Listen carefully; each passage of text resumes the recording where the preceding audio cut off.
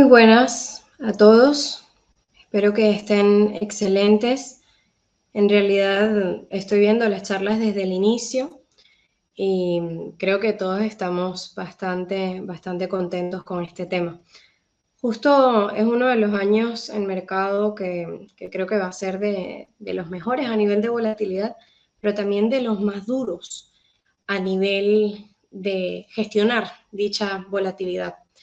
La mayoría de los que estamos presentes en mercados después del 2010 o 2013 nunca hemos vivido un estallido de burbuja o una crisis más grande que la crisis del COVID. De hecho, lo que sí hemos probablemente vivido es la concepción de un nuevo activo. En ese caso es Bitcoin. Un punto esencial y genial de Bitcoin es su capacidad de ser completamente de código abierto. Y creo que una de las cosas que nos ayuda mucho es el hecho de poder tener un anclaje basado en data. Al vivir momentos de crisis, momentos de incertidumbre, que tal vez tengan una explicación geopolítica o una explicación macroeconómica, tal vez si no lo podemos traducir a un hecho accionable, sea a una protección a nivel de riesgo, o sea a una gestión de nuestro capital, a una forma de diversificación, a entrar o salir, pues esa incertidumbre empieza a pesar muchísimo. ¿Qué pasa con esa incertidumbre tan pesada en mercados de datos? Que si no sé procesar dichos datos, pues entonces la incertidumbre se vuelve mi punto de inacción o mi punto de miedo o mi punto en donde voy con las emociones, que como decía Iván antes, pues lo único que no ha cambiado históricamente, ha cambiado la forma en la que operamos, los mercados han cambiado el hecho de que antes estaban en papel y ahora están completamente online, los derivados que usamos, ha cambiado prácticamente todo. Ahí está una nueva clase de activos. Este año tendremos mercados que abren por primera vez durante 24 horas. Tenemos tanto nuevo, excepto ese miedo y esa codicia. Ahora, ¿cuál es el punto interesante con Bitcoin? Más allá de lo que representa como activo, que ya sabemos que hay una filosofía y hay muchas aristas allí, es el hecho de la liquidez dentro de este activo y la curva del código abierto. Ya sabemos que a nivel transaccional, pues nosotros venimos de un sistema de bartering en donde hacíamos trueque por prácticamente todo. Luego estuvimos de acuerdo con que la sal era el salario, la forma de pago, y eventualmente en el 92, en 1792, llegamos a ese Coinage Act. ¿Qué pasa? Que todos estos son conceptos impuestos e instalados en la sociedad, los mercados también, por más geniales que sean y por más que nos permitan a nosotros crear profits bajo ciertas ventajas estadísticas, tienen marcos que fueron creados para eso. Entonces hay como una especie de control preconcebido y por eso hay mucha data a la que no es fácil accesar. Hay muchos tipos de consumo de datos que no podemos tener de primera mano. La gran cantidad de la microestructura del mercado no es un punto de acceso para la gran mayoría de los traders. Entonces, allí viene un punto muy importante para nuestro favor con respecto a Bitcoin. Hay una diferencia muy grande entre aprobar lo que yo te muestro y verificar que lo que te estoy mostrando es correcto. Cuando yo quiero accesar a una serie de records, pues yo voy a los records de la SEC y veo qué están comprando, qué están vendiendo y simplemente la SEC cuando hace ese filing aprueba esa información y me la muestra. Pero no es simplemente un proceso en donde me muestra absolutamente todo. Yo no puedo ver, lamentablemente, me encantaría el algoritmo de Jim Simons, pero ¿qué es lo que pasa con todo el sector cripto? Que al momento de mostrar la data, no es un proceso de aprobación, no es que deciden qué mostrar, qué no mostrar, qué mantener por detrás, no, es un proceso de verificación y luego se va esa data allí afuera. Un tema muy importante y por qué yo pondría un ojo aquí, más allá del nivel de rentabilidad que ha tenido Bitcoin, que en realidad es el activo más rentable históricamente, lo comparemos con lo que lo comparemos, es el hecho de que después de unos más de 500 colapsos bancarios del 2001 al 2024, según el FDIC, todo sigue bastante igual. Más allá de que tenemos el S&P abajo un 5% y el Nasdaq abajo un 9%, year to date, no tenemos el caos que teníamos que haber visto. De hecho, hace cuestión de 2 años, nosotros vivimos un colapso bancario bastante grave, que fue el Silicon Valley Bank, y llegó cierta mano de Dios a rescatar, cosa que no sucede dentro del espacio cripto y probablemente ni sucederá a pesar de que haya una reserva. Pero ahí es donde viene el punto más interesante. Si nos ponemos a pensar en temas de respaldo, ¿qué es lo que respalda algo? ¿Qué es lo que respalda el dinero? Pues el oro ya no es, porque ya no tenemos Nixon, por el Nixon Standard, el Gold Standard, tampoco sabemos qué hay en Fort Knox. La deuda, pues tampoco es el mejor ejemplo, porque entonces todos los países le deben rendir pleitesía al Fondo Monetario Internacional, y la institución, pues vemos, caso Alemania, puede cambiar muy rápido. ¿Cuál es entonces el respaldo real de los mercados, de las conductas, de la valoración de algo? ¿Cómo se define y cómo se determina un valor de precio? Porque a pesar de que, digamos, bueno, es un algoritmo de oferta y demanda, hay alguien que determina cuál fue la oferta y cuál fue la demanda. Entonces, volvemos al punto céntrico de conducta y capital humano que se ofrecen a punto crudo y muy explotable dentro de este mercado en específico. Si nos ponemos a hablar de deuda, podemos aquí durar, yo creo que las 7 horas que dura el Rankia Markets Online, pero es simplemente entender que ya el sistema monetario, a pesar de que se esté ralentizando la deuda, que la deuda no es la emisión, que la emisión no es la misma de antes, que hay mecanismos para hacer reducción de las de balances y todo lo demás, al fin y al cabo termina siendo un sistema que no tiene ningún límite. Podemos tocar, resetear, empezar de cero, emitir una nueva moneda, quitar 3 ceros, como fue el caso de Venezuela muchísimas veces, pero deja de tener algún tipo de sentido o de ser coherente con el mundo real. Así que, ¿qué es lo importante con respecto a Bitcoin? Que es más simple de lo que parece. Se trata de la posición de Bitcoin cuando la situación llegue al momento adecuado. El tema es cómo yo entiendo un precio, porque yo al tener una compañía, que este es el eterno debate, ¿no? Yo tengo una compañía, yo tengo unos earnings, tengo también una hoja de balance, tengo un revenue, tengo un share, tengo un EPS, un forward PE, tengo una cantidad de cosas que puedo revisar cuando tengo una compañía, la puedo comparar con otro sector, pero Bitcoin es Bitcoin en sí. Y más allá de la opinión que nosotros tengamos, el valor transaccional es muy diferente de todo lo demás. Es lo único completamente distinto al resto de los activos, no solo en su naturaleza, sino también en el procesamiento de esta data que hay por detrás. Así que digamos que sí tenemos nuestros espacios para entender contextualmente dónde estamos y qué es lo que nos interesa, pero son espacios diferentes, así que hay que saber buscar. Ahora, lo genial de este tipo de espacio es que vemos un sistema tradicional, en donde tenemos una aproximación a los mercados, seamos inversores o seamos traders, muy construida en base a los recursos que podemos tener o los que podamos construir a cierto punto. Y esas ventajas estadísticas que nosotros vayamos teniendo o esos retornos que nosotros vayamos construyendo dentro del mercado van a depender de qué tanto pueda yo explotar esa ventaja. Ahora, como inversor, ahora en el 2025 no es la misma ventaja invertir en el S&P 500 que haberlo hecho en el 70 o que haberlo hecho post-2008. Lo mismo con muchos tipos de activos, por eso hay rotación a emergentes y todo lo demás. Punto importante con Bitcoin, como traders en específico. Había mucha más ventaja estadística para explotar mientras menos crowded estuviese un mercado. No es que el mercado de Bitcoin no esté crowded, sí, hay mucha gente, hay muchos jugadores, pero también hay más información y hay más información que se puede filtrar y se puede llegar a pasar ese ruido. Así que aquí lo más grande es entender el costo de oportunidad de poder saber cuál es el diferencial de Bitcoin y poder utilizarlo como un medio de diversificación dentro de nuestra aproximación natural de mercado y entender que es completamente distinto.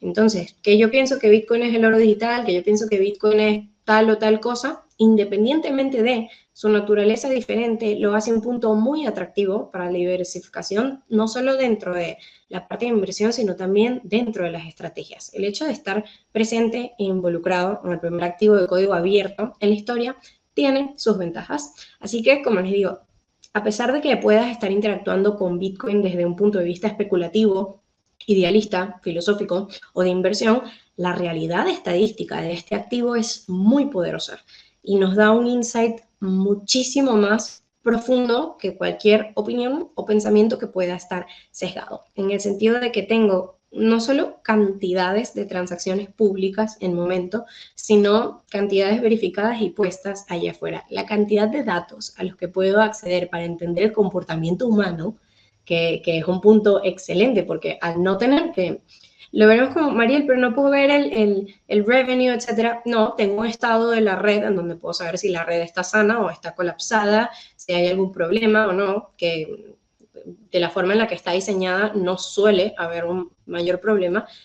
Pero lo genial de no tener ese tipo de datos es que la mayor parte de los datos que tengo están ligados a la conducta humana y son en donde puedo y donde tengo la ventaja de explotar la mayor cantidad de ineficiencias posibles. Ahora, nosotros tenemos un mercado de derivados que ha venido creciendo de una forma abrupta. Prácticamente no nos hemos dado cuenta, pero en los últimos años la cantidad de posiciones, de pensamiento y ejecución sobre un activo vienen en el corto plazo y se crean los precios en el corto plazo gracias a los derivados. Récord de opciones de puts cada cierto tiempo, récords de opciones en máximos en Bitcoin cada cierto tiempo. El precio al corto plazo está dictado por la liquidación de capitales en derivados. Entonces, digamos que ahí tenemos una arista completamente distinta de un activo que opera las 24 horas al día, que también es un activo risk on, es decir, que recibe la mayor parte del impacto de lo que pueda estar pasando en otros mercados, y tengo visualizaciones con data disponible gratis, que es muy difícil de encontrar cuando queremos pulir un edge desde la parte sistemática, y accesible a mí a través de un clic. Hay cientos de páginas que se encargan de procesar todas las transacciones que hay a nivel de Bitcoin, no solo en exchanges, que son el punto centralizado, sino a nivel a nivel global, contrastarlas todas para poder tener un promedio ponderado de un precio de liquidación manual, ver tanto el precio spot como el precio de futuros, ver a dónde nos inclinamos en cuestiones de marcos temporales distintos, tener acceso a estacionalidades en cuestión de un clic, porque simplemente irme al procesador de data y ver todo eso reflejado, ver cuál es el piso determinado, cuáles son las billeteras que están durmiendo, cuáles son las entradas y las salidas. Hay una cantidad de datos que yo puedo visualizar que la mayor parte de las personas que están operando a nivel de derivados no se interesan en ver, y es allí donde hay la mayor cantidad de ineficiencias también. No se trata de volverse un analista técnico profesional, porque no todo el mundo va a querer explotar esto a nivel de trading, a pesar de que ya les digo que es una opción, y no solo una opción, sino una opción posible y accesible. Cuestión de con una API key, el acceso a datos que tenemos es absurdo y espectacular. Pero sí se trata de usar el comportamiento del precio para entender en el contexto en el que estamos y saber cuáles son las posibilidades que hay a nivel de capital basado en datos. No sacamos los números de la nada. Más allá de yo poder contrastar mi idea sobre Bitcoin, la puedo filtrar a raíz de esto y puedo entender qué precios son matemáticamente posibles, qué precios no, en cuáles estamos hablando de que hay la mayor cantidad de volumen de operaciones, en qué cantidad de fecha específica, en qué sitio estamos a nivel de ciclo. Hay tantas cosas que puedo ver que me pueden ayudar a mí a no caer en la incertidumbre extrema de lo que está pasando justo ahora. Digamos que siempre es un poco difícil hacer el zoom out cuando entramos en periodos tanto de euforia extrema como de miedo crítico, pero el hecho de poder con un clic acceder a tantos datos es un muy buen indicio de que este tipo de activos abrió una puerta a algo que estadísticamente no existía. Ahora, si yo quiero, por ejemplo, tener la visualización del S&P de derivados, tengo que ir al CME, ver si son las opciones, qué tipo de opciones, cuál expiry price, luego chequear los futuros, en base a eso hacerme una idea. Es un mercado muy distinto y es un mercado que tiene otra naturaleza operativa, ya que tiene muchos más años existiendo, otro tipo de inversor dentro y tiene unos rolling returns que dan otro tipo de seguridad. Pero como un activo que tiene existiendo desde el 2009, prácticamente, el hecho de poder acceder a este tipo de datos nos da y nos abre un huequito que, como les comentaba antes, para mí tiene un costo de oportunidad gigante y es muy importante que lo podamos reconocer. Dentro de ese espacio, también uno de los puntos relevantes es que esto solo sigue evolucionando. Mientras más uso o adopción haya de la red o incluso compras para ETFs de Bitcoin, desde un lado spot, no todo es del lado de los derivados, a pesar de que sí son la gran mayoría de volumen dentro del mercado, pues esas transacciones simplemente se siguen reflejando. Y los patrones de conducta son lo que me da a mí el insight necesario. El patrón de conducta se manifiesta a través de una serie de compras, de una serie de ventas, y eso es lo que me da un punto accionable a mí y lo que tiene tanto poder. Entonces, es genial poder tener la visión tanto del capital apalancado y entender verdaderamente lo que hay detrás del precio a corto plazo, y esto nos cambia las posibilidades por completo, porque no es una cuestión de decir, ay, mira, que Bitcoin se tiró abajo tanto por ciento. No, es una cuestión de decir, ok, ¿qué tan posible es que Bitcoin llegue a tal precio? Bueno, simplemente llego, chequeo mis liquidaciones, me doy cuenta de que hay 80 millones, por poner un ejemplo, en algún lugar, o que hay 50 millones en otro lugar, de que hay una opción de activación de cascadas de liquidación por niveles de precio, y en base a eso entender cuál es la base diferencial porcentual. Ah, mira, esto es una posibilidad. Luego, ¿cuántas veces ha pasado esto históricamente en datos? Promedio de 3 a 5 correcciones mínimas por ciclo. Entonces, ¿es posible que llegue una? Sí. ¿Qué tan posible es que llegue exactamente al mismo tiempo al que corrigen todo lo demás? Pues alta, tenemos una correlación alta. Entonces, el hecho de basarnos en datos, que ya de por sí nos ayuda a salir de los sesgos de percepción y de los extremos sesgos de conducta y cognitivos que hay a nivel de operación, porque somos humanos al fin y al cabo, pues nos da una forma de volver a tierra. Y no solo volver a tierra, sino volver a tierra en base al código abierto, porque crear esa visualización de data sería muy complicado si Bitcoin fuera un activo tradicional. Así que hay que centrarnos en que la dinámica del mercado permanece bastante similar. El miedo y la avaricia siguen funcionando de la misma manera, pero los datos nunca habían sido tan accesibles. Y las reacciones ahora traen un peso diferente, porque nuestra accesibilidad no solo al dato, sino a operar dicho dato, sea manual, sea a través de una automatización, sea a través de entender el contexto de añadir Bitcoin a mi cartera o un ETF de Bitcoin o verlo de alguna forma distinta, es poder entender dónde está el capital y no solo participar en la dinámica desde el lado que siempre participamos, pero entender esa dirección y poder usarla a nuestro favor. Y estadísticamente ponernos y crear una ventaja que no es fácil en mercados tan llenos de información, en donde hay tanto ruido que precisamente esa ventaja se hace inobtenible. Lo genial de aquí es que podemos filtrar el ruido de una forma más sencilla y más directa. Y no estamos hablando de un fenómeno tecnológico que sí, cuando entendemos, al principio Bitcoin puede parecer eso, pero cuando lo vamos entendiendo un poquito más, nos vamos dando cuenta de que es más una validación de una idea humana a través de la tecnología que otra cosa, pero podemos conseguirlo a través de adaptarnos. Entonces, no se trata de necesariamente añadir una capa más a mi análisis técnico, a mi análisis fundamental, a mi procesamiento de máximos y mínimos, sino es profundizar en un aspecto que en realidad va a terminar simplificando tu ejecución, porque vas a tener acceso a una información mucho más limpia o un feed de datos mucho más puntual y vas a poder sentir una dirección distinta a que si solo estuvieras pensando qué es lo que puede pasar con el precio. También en ese punto siempre entendiendo que la historia no es garantía alguna de retorno futuro, pero que sí rima muchísimas veces, y dentro de un lugar en donde todo el mundo es capaz de hacer clic, comprar y vender, pero no todo el mundo es capaz de entender lo que hay detrás del precio, pues tenemos una ventaja muy genial para explotar. Así que les agradezco mucho su tiempo, los invito a que prueben algunas visualizaciones de data en cadena, on-chain, que vean las liquidaciones, es increíble. Yo tengo un robot que me avisa cada 20 minutos, a veces cada 1 minuto, cuánto capital está saliendo del mercado, pero es un punto muy interesante y es un punto único en la historia.